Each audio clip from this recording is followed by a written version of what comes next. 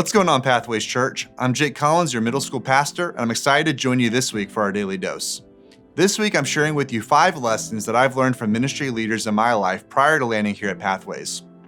My prayer is that these will help you in your personal walk with God, as well as in your relationships with family, church, or your community. Yesterday, I shared about the importance of adaptability, being ready and willing to make time for others. But don't overlook the other half of this dynamic. We can't get so focused on pouring into others that we push aside our own personal walk with God. This is true whether you're a ministry leader, a volunteer, or someone who just started your journey of faith.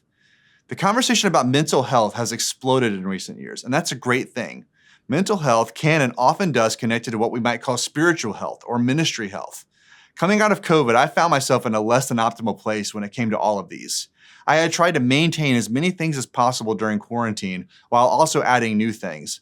I was tired, but I wasn't willing to be honest with myself about that. Right about that time, our church hired a new pastor named Jason. After only a few conversations, he challenged me to put a renewed focus on my personal ministry health. This involved several key steps, including being in worship on a regular basis, finding a personal mentor, and even seeking counseling for the first time in my life. Jason knew the same thing that Paul knew, that you can't be truly effective at pouring into others if you are in an unhealthy spot personally. Paul expressed this to Timothy when he wrote, "Watch your life and doctrine closely. Persevere in them, because if you do, you will save both yourself and your hearers."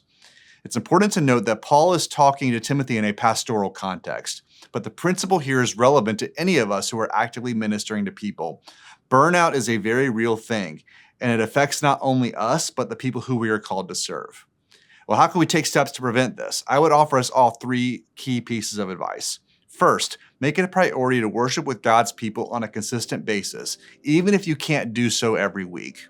Next, find a small group and jump in ready to let others invest in your journey. Be as honest as you can be and be ready for others to be honest with you. And finally, find a mentor, someone who is further along in their spiritual journey than you are, who can offer insight into what you might be facing.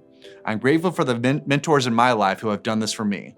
That's what ultimately led me to this series of daily doses. Thanks for joining me this week. We hope to see you all Sunday.